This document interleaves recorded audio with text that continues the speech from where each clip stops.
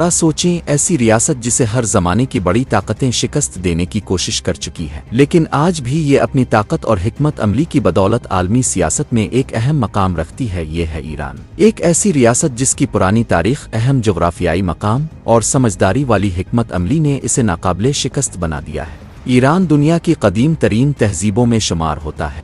یہ سرزمین صدیوں سے مشرق وسطیٰ میں سیاسی، اقتصادی اور عسکری اعتبار سے غیر معمولی اہمیت رکھتی آئی۔ ایران کی سب سے بڑی طاقت اس کا جغرافیہ ہے۔ ایران یورپ، ایشیا اور افریقہ کے درمیان ایک اہم پل کا کردار ادا کرتا ہے اور اس کی سرحدیں 7 ممالک سے متصل ہیں: مشرق میں پاکستان، افغانستان اور ترکمانستان، جبکہ مغرب میں عراق، ترکی، آرمینیا اور آذربائیجان واقع ہے۔ سمندری لحاظ سے بھی ایران کی اہمیت بے حد نمایاں ہے۔ شمال میں کیسپیئن، جبکہ جنوب میں خلیج فارس اور خلیج عمان واقع ہے، جو اسے عالمی تجارت اور بحری راستوں کے لیے ایک اسٹریٹجک مقام بناتے ہیں۔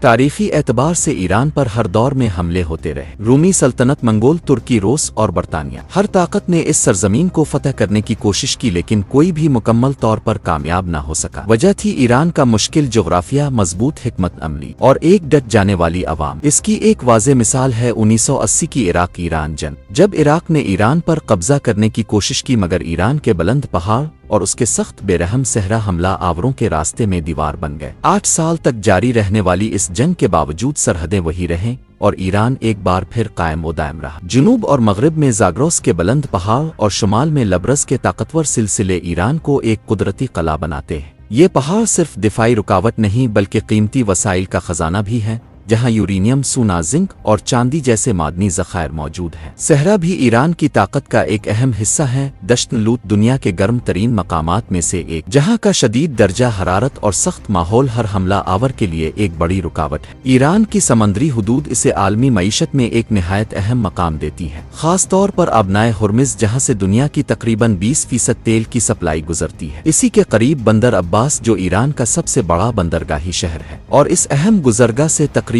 70 کلومیٹر کے فاصلے پر واقع ہے۔ اگر ایران چاہے تو اس راستے کو بند کر کے عالمی توانائی مارکیٹ میں زبردست ہلچل پیدا کر سکتا ہے۔ آج ایران، اسرائیل اور امریکہ کے درمیان کشیدگی خطرناک حد تک بڑھ چکی ہے۔ مکمل جنگ کا اعلان نہیں، لیکن جھڑپیں تیزی سے جاری ہیں۔ میزائل حملے اور فضائی کارروائیاں فوجی تنصیبات کو نقصان پہنچا رہی ہیں۔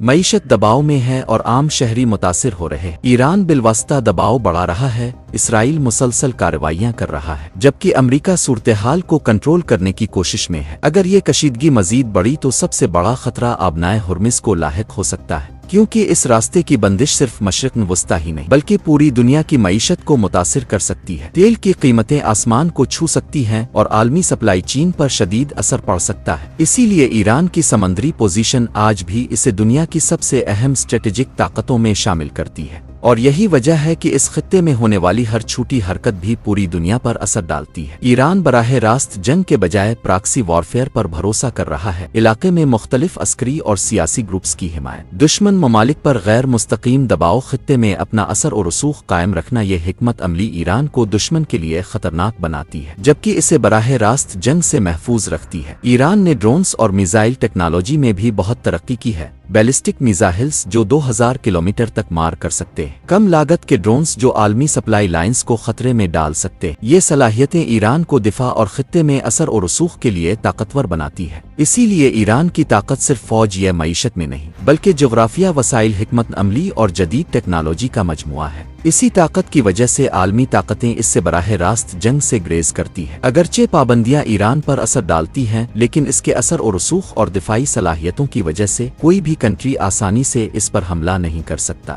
2 اہم سمندری راستے آبنائے ہرمز اور باب المندب ایران کے اثر کے دائرے میں آتے ہیں، جو اسے عالمی سطح پر ایک مضبوط طاقت بناتے ہیں۔ اسی وجہ سے ایران آج بھی عالمی سیاست میں ایک اہم اور فیصلہ کن کردار ادا کر رہا ہے۔ اگر آپ چاہتے ہیں کہ ہم آپ کے لیے اگلی ویڈیو میں اس خطے کے تازہ ترین حالات اور تجزیے شامل کریں تو کمنٹ میں لکھیں ایران۔